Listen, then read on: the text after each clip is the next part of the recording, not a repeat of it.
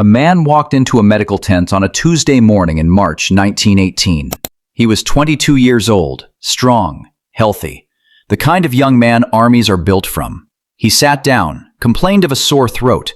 By the time the sun set that same day, 100 men had reported the same symptoms. By the end of that week, 500 soldiers lay in rows inside a barracks in Fort Riley, Kansas, struggling to breathe. Some of them did not survive the weekend.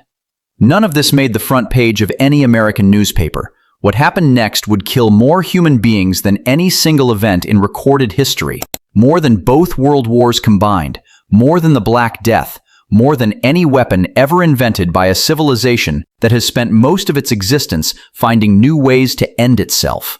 And for over a century, the world accepted a story that pointed blame at a country that had nothing to do with it. This is what actually happened. Fort Riley, Kansas, March 1918. A military training base unlike anything the United States had built before. Hundreds of thousands of young soldiers processed through its gates, crowded into barracks designed for far fewer men, sleeping in rows close enough to hear each other breathe. The base ran a massive hog operation whose waste drifted across the training grounds in the wind. Men from different regions, different immune histories, different biological backgrounds, packed together in a pressure cooker of exhaustion, proximity, and war. If you were designing the perfect conditions for a virus to find its first foothold in the human population, you would design something that looked exactly like this.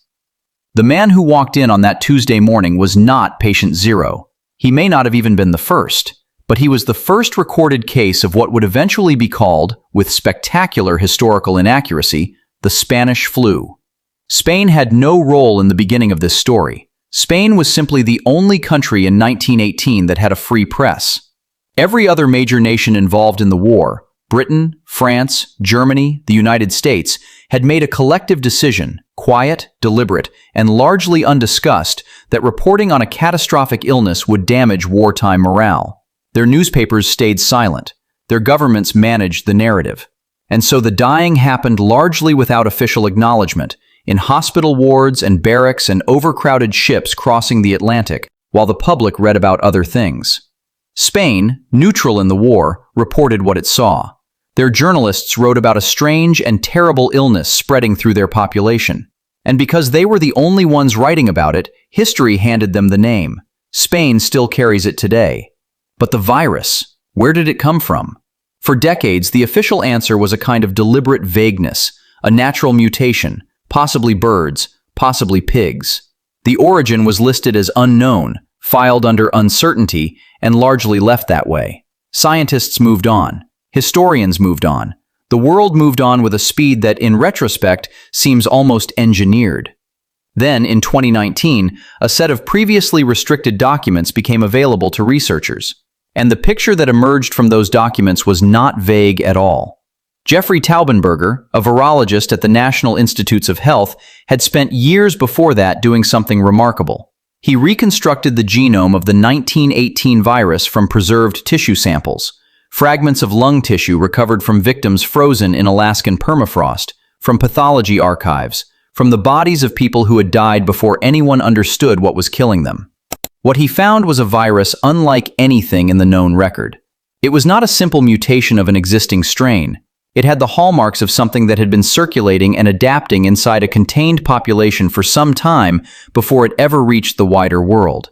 Something that had been refining itself quietly, becoming more efficient, waiting for the right conditions to break through. A large, contained population, under stress, with compromised immune systems, packed together in tight quarters, a military base. The 2019 documents did not produce a single smoking gun. There is no classified memo that says Fort Riley, Kansas is the origin, and here is the proof. What the documents produced was something more unsettling than a smoking gun. They produced a picture of internal knowledge, of physicians who knew, of memos that were written and filed and not circulated, of a wartime government that understood it was watching something catastrophic unfold and made a conscious decision about how much of that understanding to share with the world. Military physicians at Camp Funston wrote with clear alarm. Men dying within hours of first showing symptoms. Lungs filling with fluid so quickly that some soldiers drowned from the inside. bodies turning a deep blue from oxygen deprivation.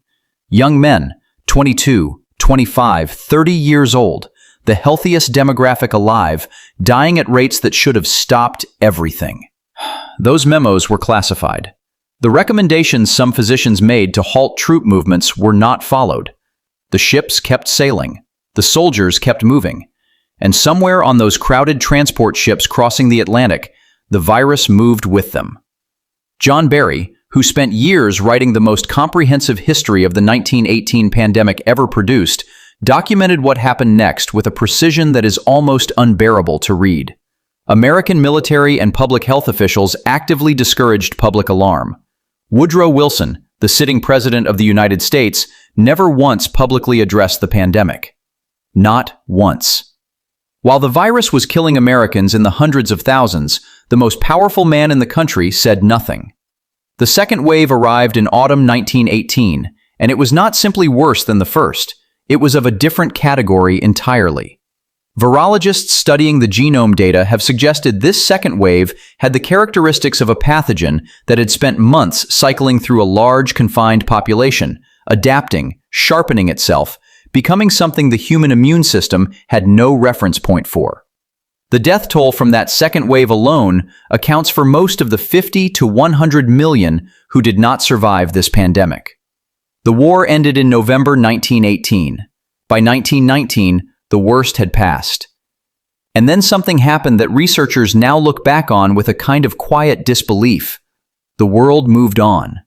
A pathogen that killed more people than the entire First World War received less historical documentation than almost any event of comparable scale in the modern era. Its origin was left officially unresolved.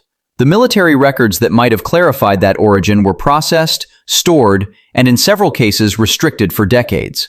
When researchers eventually requested the complete archive, they were told that certain documents no longer existed, that some sections had been removed before the files were ever made public.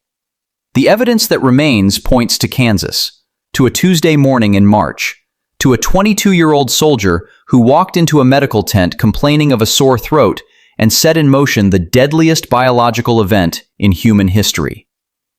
We blamed Spain, which had nothing to do with it. Spain, which simply had the honesty to say what was happening when no one else would. Spain, which reported the truth in a world that had decided the truth was inconvenient. The virus did not come from Spain, but the name did. And names, once attached to history, have a way of surviving long after the truth has been buried, restricted, declassified, lost, and buried again.